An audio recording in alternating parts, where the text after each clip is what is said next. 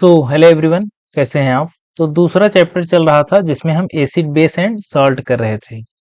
हमने कहाँ तक देख लिया था, हमने बेसिक समझ लिया था कि एसिड क्या होता है, बेस क्या होता है, फिर इंडिकेटर्स क्या होते हैं ये हमने देख लिया था। हमने इंडिकेटर्स में नेचुरल इंडिकेटर्स देखे थे और आर्टिफिशियल इंडिकेटर्स देखे थे। अब उसके आगे चैप्टर हम शुरू करते हैं। Chemical properties of acid and base.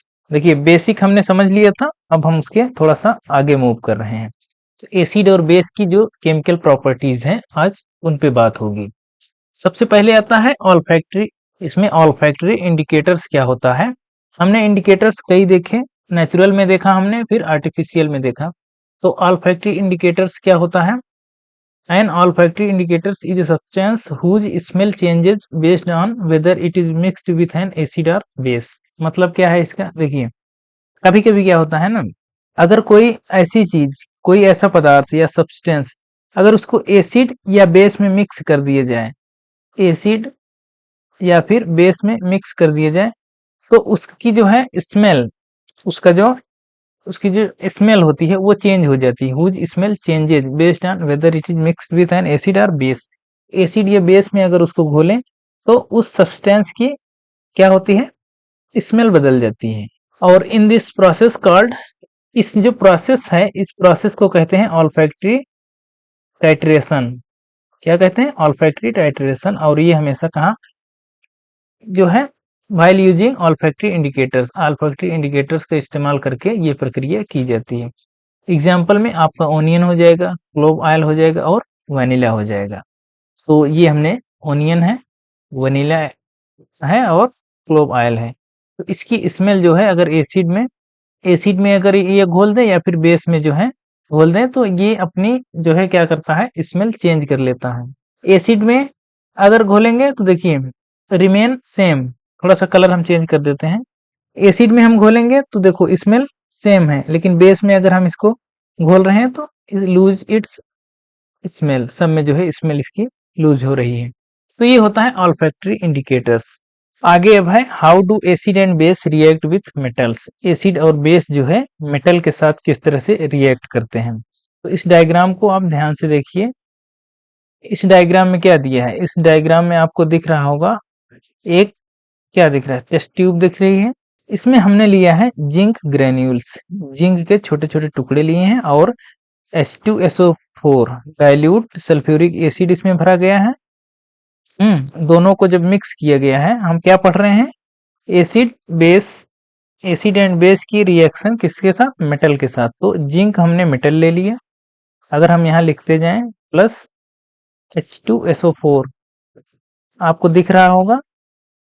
तो यहाँ पे क्या बनेगा, अगर आप सोच पा रहे होंगे तो यहाँ पे क्या बन रहा है, ये देखिए ये टेस्ट ट्यूब से कुछ गैस निकल रही है और ये गैस को जो है सोप के सोल्यूशन में जो है हमने सोप के सोल्यूशन से ऐसे पास कराया इस गैस को। फिर उसके बाद उसमें क्या किया, जलती हुई मोमबत्ती ले गए। क्यों ले गए सब बताते हैं अभी। तो इसमें जो है जिंक और सल्फ्यूरिक एसिड है, इससे क्या बनेगा, इससे बनेगा ZnSO4 बनेगा, जिंक सल्फेट बनेगा और हाइड्रोजन गैस रिलीज होगी। ये आपने पढ़ा है पीछे क्लास में भी, ये रिएक्शन पढ़ा था आपने।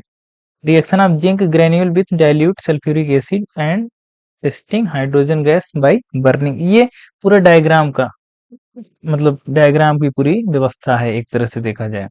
हम्म अब इसमें आपको समझना क्या है, समझना ये है कि मेटल जो है इस रिएक्शन में वो क्या कर रहा है, जो मेटल है हमारा जिंक, वो हाइड्रोजन गैस को डिस्प्लेस कर दे रहा है। ध्यान अगर दे पा रहे होंगे तो ये डिस्प्लेसमेंट रिएक्शन का भी उदाहरण है। पीछे हमने देखा था डिस्प्लेसमेंट रिएक्शन, डिस्प्लेसमेंट रिएक्शन पढ़ा था, वो उसका इसका भी एक एग्जांपल ये है डिस्प्लेसमेंट रिएक्शन का।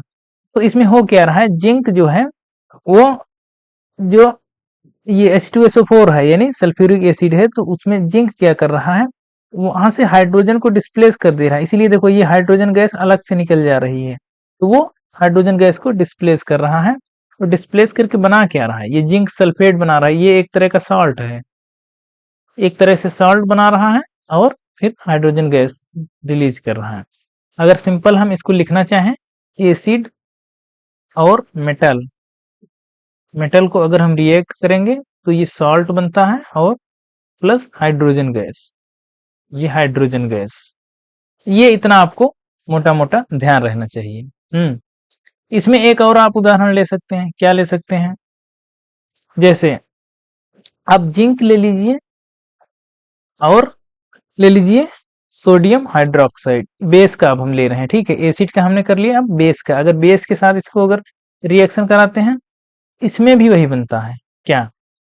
ये बनेगा Na2Zn, एस नहीं होगा, ZnO2 होगा। सोडियम जिंकेट बनता है ना, तो सोडियम जिंकेट का फार्मूला क्या होता है?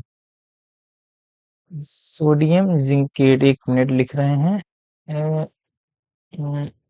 इसको थोड़ा सा सही कर लें, पेन, हाँ। तो बनेगा Na2Zn, यानी जिंक, सोडियम जिंकेट बनता है, तो ZnO2 यहाँ होगा प्लस हाइड्रोजन गैस। तो एसिड के साथ हमने जो है रिएक्ट कराया, तो साल्ट और हाइड्रोजन गैस। यहाँ भी देखिए, यहाँ भी देखिए हाइड्रोजन गैस रिलीज हुई, यहाँ भी हाइड्रोजन गैस रिलीज हुई, और यहाँ पे क्या बना? Na2ZnO2। तो मतलब ऐसा जरूरी नहीं है कि सब में यही बने। लेकिन मोटा मोटा ये है कि एसिड और मेटल, एसिड की जब मेटल के साथ रिएक्ट करेगा, मेटल के साथ रिएक्ट करेगा, तो ये सॉल्ट बनेगा और हाइड्रोजन गैस, इस तरह से। ये आपको याद रखना है। और दो जो हमने अभी किए हैं उसको आपको ध्यान रखने हैं। आगे देखिए इसमें क्या है। How do metal carbonates and metal hydrogen carbonate react with acid. तो इसमें देखना है कि मेटल कार्बोनेट और हाइड्रोजन कार्बोनेट एसिड के साथ कैसे रिएक्ट करते हैं। ये आपको एक व्यवस्था दिख रही है। इसमें हमने सोडियम कार्बोनेट लिया है, सोडियम कार्बोनेट, और फिर HCl, dilute hydrochloric acid, HCl है। फिर इससे बना क्या है, देखो लिख रहे हैं यहाँ। इसमें हमने लिया है Na2 sodium carbonate, Na2CO3 plus HCl। Balance देखिए आप लोग कर लेंगे, ठीक है, इसलिए हम बैलेंस नहीं कर रहे हैं। आप हर इक्वेशन को बैलेंस करिए। नहीं आ रहा है, पीछे वीडियोज में बताया गया है, जाके वहां से रिवाइज करिए। ये बनेगा NaCl plus H2O plus CO2, ये बनेगा। ये चीज आपको ध्यान रखना है। क्या ध्यान रखना है? ये क्या है? Na2CO3 क्या है? सोडियम कार्बोनेट है। तो हम देख क्या रहे हैं, मेटल कार्बोनेट की रिएक्शन देख रहे हैं ना। हाँ, वही चीज सोडियम कार्बोनेट का HCl के साथ। HCl क्या है? एसिड है, तो क्या बनाता है? ये क्या है? NaCl, ये सॉल्ट है, उसके बाद वाटर है, फिर कार्बन डाइऑक्साइड है। इतना समझ में आया? और अगर अगर इसी से जो है एक हाइड्रोजन कार्बोनेट ले लें, ये मेटल कार्बोनेट और हाइड्रोजन कार्बोनेट, हाइड्रोजन कार्बोनेट का एक ले लें अगर, क्या होता है? Na2, नहीं, NaHCO3, इसको क्या बोलते हैं? सोडियम हाइड्रोजन कार्बोनेट है ये, प्लस HCl। अगर इसको HCl के साथ रिएक्ट कराएं तो ये बनता है NaCl plus H2O plus CO2। देखो यहाँ भी देखिए NaCl बना, यहाँ भी NaCl बना। तो हमने मेटल कार्बोनेट देखा और हाइड्रोजन कार्बोनेट देखा, मेटल हाइड्रोजन कार्बोनेट देखा। दोनों में देखो प्रोडक्ट सेम बन रहे हैं, इधर साल्ट बन रहा है, इधर वाटर बन रहा है, और कार्बन डाइऑक्साइड बन रहा है। तो इसको हम डिटेल में या सिंप्लीफाई करके क्या लिख सकते हैं? लिख सकते हैं कि मेटल मेटल या फिर मेटल कार्बोनेट, नहीं, मेटल कार्बोनेट या फिर मेटल हाइड्रोजन कार्बोनेट, पूरा सही से लिखा जाएगा ना। मेटल कार्बोनेट, मेटल कार्बोनेट या फिर metal hydrogen carbonate, hydrogen carbonate. इसको जब हम किसी एसिड के साथ रिएक्ट कराएंगे, किससे? एसिड के साथ, तो ये क्या बनेगा? सब में वही बन रहा था, आपने देखा कि साल्ट बन रहा है, वाटर बन रहा है, और कार्बन डाइऑक्साइड गैस रिलीज हो रही है। सीधा लिख दें CO2, CO2 लिख दे रहे हैं, ठीक है। तो ये ध्यान रखना है कि मेटल कार्बोनेट या मेटल हाइड्रोजन कार्बोनेट का एसिड के साथ अगर रिएक्शन देखेंगे तो वो हमेशा सॉल्ट बनाएगा, कार्बन डाइऑक्साइड बनाएगा और वाटर बनाएगा। ये आपको ध्यान रखना है। आगे देखिए इसमें क्या है इस चैप्टर में।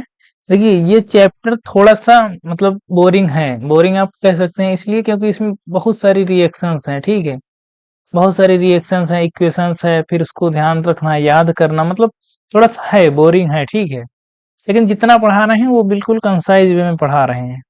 फिर भी हम एक पीरियड बेसिक का लिए थे कि बेसिक आपको समझ में आ जाए, उसके बाद धीरे-धीरे जो है बहुत बहुत इसमें हम नहीं उलझा नहीं रहे हैं। जितना पढ़ना है आप उतना ही मतलब उतना ही का हम पढ़ा रहे हैं, जितना ज़रूरी है। नहीं तो और ज़्यादा इसमें कन्फ्यूजन होगा। इसमें अब आगे क्या पढ़ना है? अब इसमें पढ़ना है how do acid and bases react with each other. Acid और बेस का आपस में कैसे, अब देखिए एसिड का हमने मेटल के साथ देखा, मेटल कार्बोनेट के साथ देखा। अब देखेंगे एसिड का खुद एसिड के साथ जो है कैसे रिएक्शन होती है। ये आई थिंक आपने पीछे भी पढ़ा था, हमने बताया था न्यूट्रलाइजेशन रिएक्शन एक होता है, न्यूट्रलाइजेशन, बस समझ लीजिए वही है, न्यूट्रलाइजेशन रिएक्शन ही है, ठीक है। इसमें आपको कुछ नहीं करना है, एसिड और बेस ले लेना है। जैसे एक बेस ले लीजिए NaOH, याद कर लीजिए अगर याद करना हो, आपको पता पहले से है। एसिड और बेस रिएक्ट करते हैं तो क्या बनाते हैं? साल्ट और वाटर बनाते हैं, वही न्यूट्रलाइजेशन रिएक्शन होती है, तो बस वही है।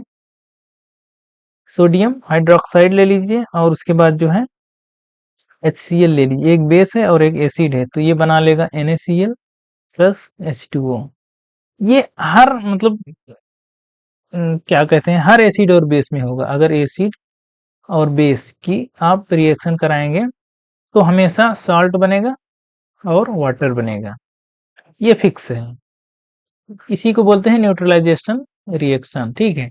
इसमें इतना ही जानना है कि एसिड और बेस आपस में मिलकर क्या करते हैं। तो एसिड बेस को न्यूट्रल कर देता है, एसिड जो है ये बेस को न्यूट्रल कर देता है, बेस जो है एसिड को न्यूट्रल कर देता है, इसीलिए साल्ट और वाटर फिर बन जाता है। ये इतना समझ में आया। आगे क्या है इसमें, reaction of metallic oxide with acid. Metallic oxide का एसिड एसिड के साथ क्या रिएक्शन होती है ये देखना है। थोड़ा सा ले लीजिए, देखिए कॉपर क्या है, मेटल है। कॉपर क्या है, मेटल है। कॉपर का ऑक्साइड क्या होगा, कॉपर ऑक्साइड होगा। अगर हम इसको ध्यान से देखें, कॉपर ऑक्साइड, अगर मतलब इसको आप कर भी सकते हैं, आपके स्कूल वगैरह में कराया जाता होगा, या आप अपने टीचर से कह के इसको मतलब करवा सकते हैं। कॉपर ऑक्साइड ले लीजिए, ये एक मेटेलिक ऑक्साइड होगा, इसको एसिड के साथ रिएक्शन करा के देख लीजिए, एक एसिड ले लीजिए HCl, फिर देखिए क्या बनता है। अगर आपने ऑब्जर्व किया होगा तो ये कॉपर क्लोराइड बनाएगा प्लस वाटर बना लेगा, ये यही बनता है, ठीक है। और ये जो मिलता है, कभी ऑब्जर्वेशन में पूछ लीजिए तो ये ब्लू ग्रीन मिलता है, इसका कलर क्या होता है, ये ब्लू ग्रीन होता है, तो ये बनता है मेटेलिक ऑक्साइड का एसिड के साथ रिएक्ट कराने पे ये चीज बनती है। क्या, इसको अगर सिंपल भाषा में लिखें, मेटल प्लस एसिड, ये मेटल सिर्फ नहीं, मेटल का ऑक्साइड है, ठीक है, मेटल ऑक्साइड प्लस एसिड, ये बनेगा क्या, साल्ट और वाटर। ये एक तरह का साल्ट है, फैमिली ऑफ साल्ट अभी हम पढ़ेंगे आगे, तो ये एक तरह का साल्ट है, कॉपर क्लोराइड साल्ट, और ये वाटर बनेगा। हम्म अब अब यहाँ से आपको थोड़ा सा एक चीज मतलब खटकनी चाहिए, क्या, साल्ट और वाटर तो वहां भी बन रहा था जब हम एसिड और बेस का हम रिएक्शन कराए थे, एसिड प्लस बेस, एसिड और बेस का जब रिएक्ट कराए थे तब वहां पर भी तो साल्ट और वाटर बन रहा था कि नहीं बन रहा था, और यहाँ पर भी साल्ट और वाटर बन रहा है, तो इसमें क्या कॉमन है। इसीलिए इसको मेटेलिक ऑक्साइड को बेसिक ऑक्साइड कहते हैं, इसीलिए मेटेलिक ऑक्साइड जो होता है इसको बेसिक ऑक्साइड कहते हैं, बेसिक ऑक्साइड। क्यों, क्योंकि एसिड के साथ इसको कराते हैं, ठीक है, और ये मेटल ऑक्साइड, जबकि एसिड बेस के साथ मिलकर नमक देता है, लेकिन यहाँ पे क्या है, यहाँ इसीलिए इसको बेस माना गया है, क्या, बेसिक ऑक्साइड, ऑक्साइड को जो है वो बेसिक माना गया है। 1 मिनट, लाइट कट गई है, थोड़ा सा लाइट जला लेते हैं। हाँ, आगे क्या पढ़ना है, reaction of non metallic oxide with base. तो नॉन मेटेलिक ऑक्साइड बेस के साथ कैसे रिएक्ट करता है। आपने देखा कि कार्बन डाइऑक्साइड और कैल्शियम हाइड्रोक्साइड, ये आपने देखा था कार्बन डाइऑक्साइड और कैल्शियम हाइड्रोक्साइड। कैल्शियम हाइड्रोक्साइड ये चूंकि ये देखिए ये एक बेस है, और ये एक गैस है, ठीक है। ये नॉन मेटेलिक है, ये नॉन मेटेलिक ऑक्साइड है, कार्बन डाइऑक्साइड है। तो ये एक दूसरे के साथ रिएक्ट करके क्या बना रहे थे, ये साल्ट बना रहे थे और वाटर बना रहे थे, साल्ट और वाटर बना रहे थे। और यही चीज देखिए, और सेम यही चीज क्या मिलती है, एसिड और बेस में भी मिलता है, एसिड प्लस बेस में भी सेम यही चीज मिलता है, क्या, साल्ट और वाटर, साल्ट और वाटर मिलता है। तो इस तरह से हम इसमें कंक्लूड कर सकते हैं क्या, कि नॉन मेटेलिक ऑक्साइड्स जो है वो एसिडिक इन नेचर होते हैं। तो देखिए ये तो बेस है, हमको इसी को देखना है ना, तो इसको हम क्या कह सकते हैं, इसको हम एसिडिक कह सकते हैं, एसिडिक इन नेचर। क्यों कह पा रहे हैं, क्योंकि देखो बेस की एसिड के साथ कराते थे तब हमको साल्ट और वाटर मिल रहा था, यहाँ हमको एकदम पता है कि कैल्शियम हाइड्रोक्साइड ये बेस है, तो हमको इसको देखना है कि नॉन मेटेलिक का जो ऑक्साइड है वो क्या है, तो हम यहाँ से कह दे रहे हैं कि ये एसिडिक इन नेचर है। एसिडिक इन नेचर है, इसीलिए जो है ये साल्ट और वाटर दे रहा है। इसी तरह पीछे देखा था हमने, पीछे क्या देखा था, स्लाइड हम पीछे कर दे रहे हैं। पीछे हमने देखा था ये जो मेटेलिक ऑक्साइड है, मेटेलिक ऑक्साइड क्या, बेसिक ऑक्साइड है, ये बेसिक इन नेचर है। और non metallic oxide acidic in nature है। क्यों, क्योंकि मेटल ऑक्साइड और एसिड मिलके साल्ट और वाटर दे रहे थे, और यही चीज बेस और एसिड भी मिलके दे रहे थे, जबकि एक एसिड था और दूसरा इसी के बारे में हमको पता करना था, मेटेलिक ऑक्साइड। मेटेलिक ऑक्साइड अगर ये एसिड है तो ये फिर पक्का बेस होगा, ये बेस नेचर में जो है बेस होगा, इसीलिए हम कह रहे हैं कि मेटेलिक ऑक्साइड वो बेसिक इन नेचर होते हैं। तो यहाँ तक समझ में आ गया होगा। आज का लेक्चर यहीं तक है, आगे हम कल देखेंगे, ठीक है। Thank you.